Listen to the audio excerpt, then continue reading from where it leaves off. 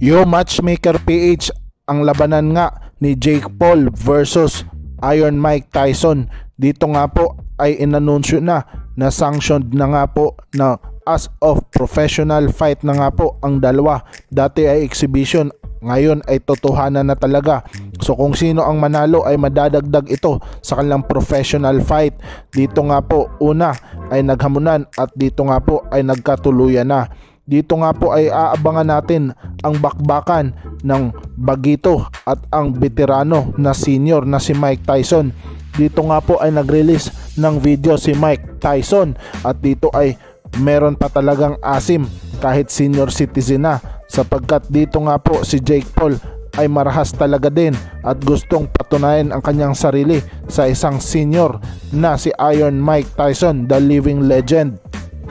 Masasabi natin na matanda na talaga si Iron Mike, ngunit delikado pa rin dito si Jake Paul kung mapuruhan. Ngunit iba talaga ang bagito kung makatama sa matanda. Kaya naman sinabi ni Iron Mike Tyson na magandang bakbakan ito para sa kanilang dalawa, sapagkat puspusan na nga ang kanyang training.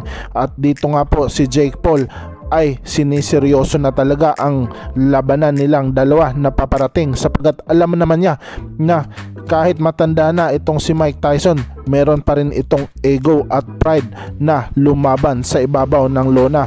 Kaya ano sa tingin nyo mga ka-matchmaker, sino kaya ang mananalo sa dalawa kung magbakbaka na, ang bagito ba o ang matanda na?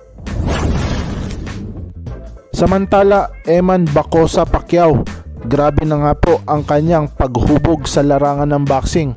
Matapos nga po ng laban niya kontra dito sa veterano na rin at journeyman, ay pinatunayan niya talaga na hindi lang pang-hype ang kanyang experience at ang pagiging professional fighter na niya sa boxing. Pinatunayan niya na may antigo din siyang galing, katulad ng kanyang ama na si Manny Pacquiao, na handang tumanggap ng suntok at makipagsabayan sa ibabaw ng lona.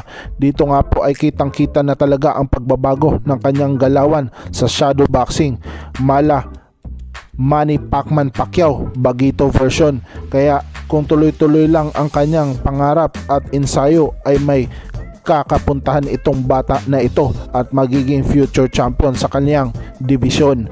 Dito nga po ay taos-puso nating salamatan itong si Eman Bacosa Pacquiao na ipagpatuloy ang kanyang hangarin sa boxing.